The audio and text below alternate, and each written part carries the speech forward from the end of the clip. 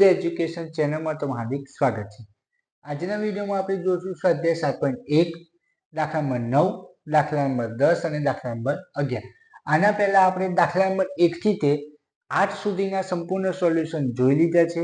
જો એ વિડીયો તમે ના જોયા હોય અને આ ચેનલ પર નવા તમે આવ્યો તો ચેનલને સબસ્ક્રાઇબ કરી લો, અને એ વિડીયો ના જોયા હોય તો તમે એ વિડીયો બધા જ આપણી ચેનલ પર મૂકેલા છે, તો એ વિડીયો પહેલા જોઈ લેજો। તો આજે આપણે વાત કરશું દાખલા નંબર 9, જેની અંદર કહ્યું છે કે 102 થી 113 સુધીની પ્રાકૃતિક સંખ્યાઓ। પહેલા તો લખીશું પ્રાકૃતિક સંખ્યા, પ્રાકૃતિક સંખ્યા ક્લિયર। તેથી શરૂ કરીએ 102, 103, 104, 105, 106, 107, 108, 109, 110, 111, 112, 113 સુધી લખવાની છે। ક્લિયર। આગળ લખો તેમાંના કેટલામાં ભાગની અવિભાજ્ય સંખ્યાઓ શું કીધી છે? અવિભાજ્ય સંખ્યા। તો હું અહીં લખું જે માગ્યું છે તે અવિભાજ્ય સંખ્યા। મેં કહ્યું હતું કે આ રકમની અંદર લાસ્ટમાં વધારે ધ્યાન આપવાનું। શું આપવાનું? વધારે ધ્યાન। શું માંગ્યું છે? અવિભાજ્ય સંખ્યાઓ કઈ કઈ તે જોશું। 103, પછી 107, 109 અને 113। તો આજે 1, 2, 3, 4 સંખ્યાઓ છે એ કેવી છે? અવિભાજ્ય। કેવી છે? અવિભાજ્ય, જે કોઈ ઘડિયામાં આવતી નથી। ક્લિયર। અવિભાજ્ય એટલે શું? આગળના વિડીયોમાં પણ મેં તમને કહ્યું હતું કે જે સંખ્યા કોઈ પણ ઘડિયામાં આવે નહીં તે સંખ્યાને શું કહેવાશે? અવિભાજ્ય। શું કહેવાશે? અવિભાજ્ય। ક્લિયર। તો 4 સંખ્યાઓ છે અવિભાજ્ય સંખ્યાઓ। કેટલી છે? 4। કઈ કઈ? 103, 107, 109, 113। ક્લિયર। હવે શું માંગ્યું છે આપણે લખીએ, માગ્યા મુજબ ભાગ।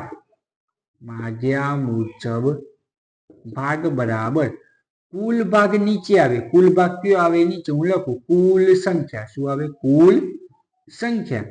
શું માંગ્યું છે? અવિભાજ્ય સંખ્યા। હું લખું અવિભાજ્ય। ક્લિયર। તો જોઈએ આપણે અવિભાજ્ય સંખ્યાઓ 1, 2, 3, 4 કેટલી છે? 4। કેટલી છે? 4। કુલ સંખ્યાઓ 1, 2, 3, 4, 5, 6, 7, 8, 9, 10, 11, 12। તો કુલ કેટલી છે? 12। કેટલી છે? 12। આટલા સુધી ગણશો તો પણ તમારો જવાબ સાચો, ખોટો પડશે નહીં।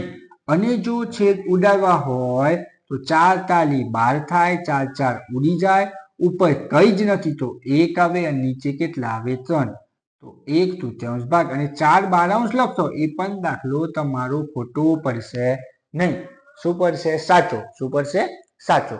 દાખલા નંબર 10, આપેલા વર્તુળ જેમાં x છે એનો અપૂર્ણાંક શું છે? આપણે જુઓ કુલ વર્તુળ કેટલા છે? 1, 2, 3, 4, 5, 6, 7, 8। કેટલા વર્તુળ છે? 8। તો હું લખું માગ્યા મુજબ ભાગ। માગ્યા મુજબ ભાગ બરાબર કુલ। શું આવે? કુલ। શું માંગ્યું છે? આપેલા હતું જેમાં x છે એનો અપૂર્ણાંક। શું દોરેલું છે? x। શું હોય? x હોય। શું હોય? x હોય। જેમાં x છે એનો અપૂર્ણાંક ભાગ શું છે? જેમાં x છે તો x કેટલામાં છે? 1, 2, 3, 4। તો x હોય એવા કેટલા? 4। કુલ વર્તુળ કેટલા છે? 4 ને 4 8। આટલે સુધી લખશો તો પણ સાચો। પછી છેદ ઉડાડશો 4 2 8, 4 4 ઉડે, ઉપર કઈ ના હોય તો 1, નીચે 2। આ લખશો તો પણ તમારો જવાબ સાચો। ક્લિયર। સમજાય છે? આગળ જોઈશું દાખલા નંબર 11। ક્રિશ્ચિયનને તેના જન્મદિવસ, ક્રિશ્ચિયનનો જન્મદિવસ હતો। જન્મદિવસ હોય તેને કોક ને કોક ભેટ તો આપવાનું જ। તો ક્રિશ્ચિયનને તેના જન્મદિવસ પર સીડી પ્લેયર મળી છે। શું મળ્યું છે? સીડી પ્લેયર। તેની 3 સીડી ખરીદી। હું લખું છું ખરીદેલ સીડી બરાબર કેટલી? 3। કેટલી? 3 સીડી ખરીદી અને 5 બીજી ભેટમાં મળી। ભેટમાં મળેલ બરાબર 5। તો લખું કુલ કેટલી થઈ? કુલ સીડી કેટલી થઈ? 5 ને 3 8. કુલ સીડી કેટલી થઈ? 5 ને 3 8. ખરીદી થી 3, ભેટમાં કેટલી મળી? 5. બરાબર, બે પ્રકાર છે, ખરીદેલી અને ભેટમાં મળેલી. કુલ સીડી કેટલી થઈ? 8. એના દ્વારા ખરીદી કરેલ સીડીની સંખ્યા અને ભેટમાં મળેલ સીડીની સંખ્યા, કુલ સીડીની સંખ્યાનો કયો અપૂર્ણાંક ભાગ છે? તો જો બે શોધવાનું છે. એના દ્વારા ખરીદી કરેલ સીડીની સંખ્યા. શું? એના દ્વારા ખરીદી કરેલ સીડીની સંખ્યા, એવો ભાગ પણ શોધવાનો છે અને ભેટમાં મળેલ સીડીની સંખ્યા એ ભાગ પણ શોધવાનો છે. તો પહેલા આપણે ભાગ શોધીશું, ખરીદી કરેલ ભાગ. શું?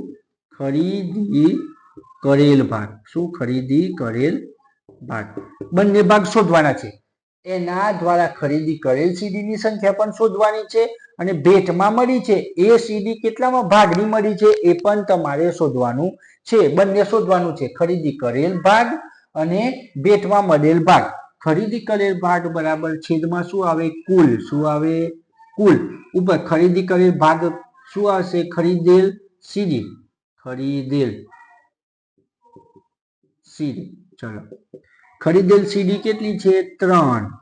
કુલ ભાગ કેટલો છે? 8. તો જવાબ શું આવે? 3 અષ્ટમાંશ ભાગની ખરીદ કરેલ સીડી. ક્લિયર? ભેટમાં મળેલ જોઈશું. શું જોઈશું? ભેટમાં મળેલ ભાગ. શું જોઈશું? ભેટમાં મળેલ ભાગ. તો એ લખીશું કુલ. શું આવશે? કુલ. ભેટમાં સીડી. ભેટમાં મળેલ સીડી. તો ભેટમાં સીડી કેટલી મળી છે? 5.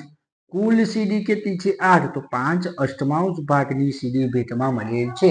રકમમાં કેમ આપણે બંને શોધે? રકમમાં કીધું છે એના દ્વારા ખરીદી કરેલ સીડીની સંખ્યા અને ભેટમાં મળેલ સીડીની સંખ્યા, કુલ સીડીની સંખ્યાનો કયો અપૂર્ણાંક ભાગ છે? કયો અપૂર્ણાંક ભાગ છે? તો ખરીદી કરેલ ભાગ અને ભેટમાં મળેલ ભાગ, બંને ભાગ શોધવાના હતા. ક્લિયર? તો આ હતું સ્વાધ્યાય 1.1 ની અંદર દાખલા નંબર 9, દાખલા નંબર 10 અને દાખલા નંબર 11. આની સાથે આપણું સ્વાધ્યાય પૂરું થાય છે. સ્વાધ્યાય 7.1. સ્વાધ્યાય 7.2 માં આપણે આગળના વિડીયોમાં મળીશું. જો વિદ્યાર્થી મિત્રો તમને અમારો વિડીયો પસંદ આવતા હોય તો ચેનલને લાઈક કરો, શેર કરો, સબસ્ક્રાઇબ કરો.